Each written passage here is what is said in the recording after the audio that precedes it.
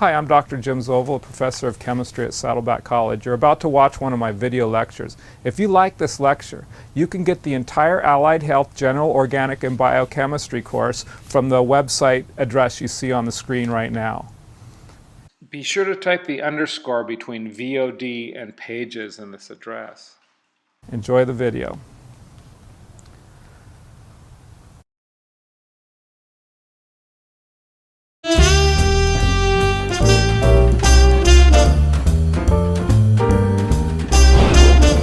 I told you when you add energy to matter, one of two things will happen. You'll either, one, change the phase, or two, change the temperature. Let's quantify these. Let's see how much energy is required to change the phase of something. Or let's see how much energy is required to change the temperature by a certain amount. Let's start with phase changes.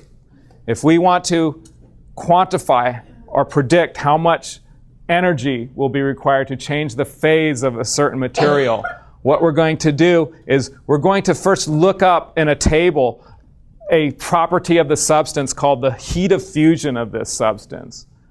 The heat of fusion is defined as the energy required to melt 1 gram of that solid.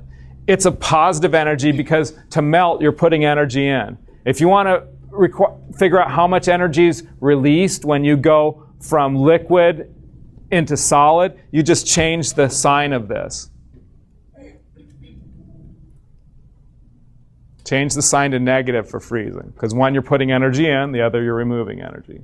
It requires energy to go from a solid to a liquid to melt it.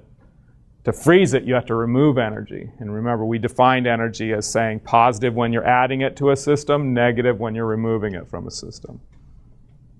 That's how you do. That's what you're going to use in these calculations if you're going to melt something or freeze something. If you're going to boil something, right? How to vaporize it, make it go from liquid to gas. You're going to look up in a table and use what's called the heat of vaporization for that substance. You do not need to memorize any of these heats of vaporizations or heat diffusions.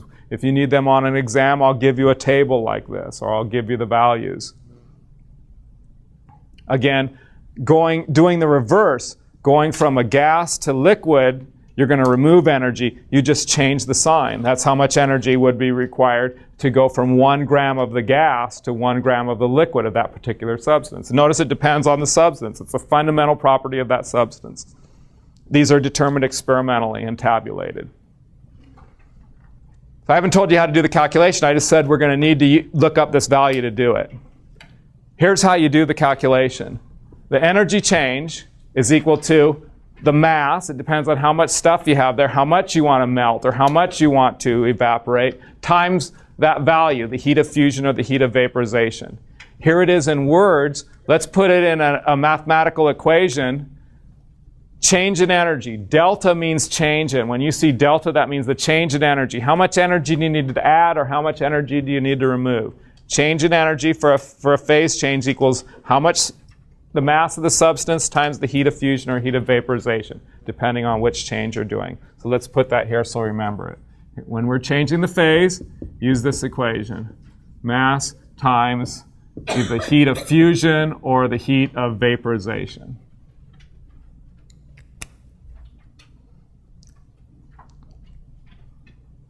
We get the heat of fusion or vaporization from a table. Determined experimentally. Someone did the experiment for that substance and tabulated it. Let's do one together. See how we use this. Here's this typical problem. We're going to melt some ice. Determine the amount of energy needed to melt 155 grams of ice. Now the ice is at 0 degrees. We're not changing the temperature. We're going to go from ice at 0 degrees to water at 0 degrees. How much energy is required to do that? We look up the heat of fusion of water. It's 79.7 calories per gram. And now we're going to use this equation to calculate the amount of energy required. So there's our equation. To get this, we need the mass we're giving it 155 grams. Remember what the heat of fusion is. The heat of fusion is defined as the amount of energy needed to melt 1 gram of that substance. So does it make sense if you have 155 grams, you just multiply that by 155 times the heat of fusion. Let's do the dimensional analysis. Grams cancel. I have 3 significant figures here, 3 significant figures here. Look, calories don't cancel, but that's good. I'm calculating an energy. It should have an energy unit. And when you do that, you could either write 1.24 times 10 to the 4th calories, or you could write 12400 with no decimal point. Write it in scientific or standard notation, doesn't matter, but use the correct number of significant figures. That's why we don't put the decimal point. Note, we didn't change the temperature. We just changed the phase. We went from ice at 0 to water at 0. The next calorie we put in would go into warming the water up. So we did one together. Now I want you guys to do one. Patient has a fever, so I thought this would be appropriate music. Do this problem. When you put your arms around, I get a fever.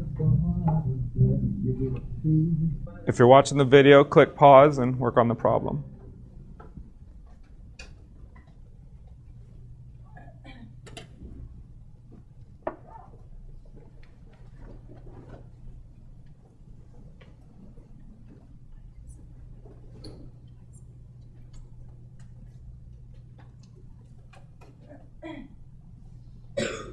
What's the unit for the heat energy?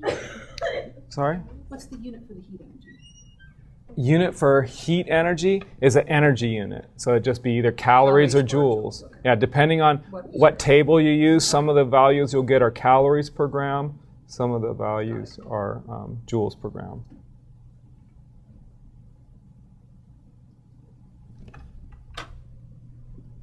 Get that out. So someone asked the question, what unit should the heat energy be? What unit should we come out with? And you're going to come out with an energy unit, either calories or joules. It depends on the table you use. We got the heat of vaporization in calories per gram. So our answer is going to be in calories. Grams are going to cancel. If we would have used a table that gave us this value in joules per gram, grams would have canceled, and our answer is in joules. So the answer is it depends on what table you use. And if you ever get the answer and you want the other unit, let's say you get calories, but you want to report joules, just do what we did earlier. Convert from calories to joules, because you know the relationship. 4.184 joules equals 1 calorie. Good question. When you're reading that problem, you say, okay, what's happening? Am I changing the phase or the temperature? I'm changing the phase, so I'm going to use this equation. I'm given the mass. I look up the heat of vaporization in a table. I do the math with the units. Grams cancel. I do the math with the numbers, and I have 3 significant figures here, 3 significant figures here, so I'll have 3 in the answer. You could either write this 7.95 times 10 to the 3rd calories, or you could write 7950 with no decimal point calories.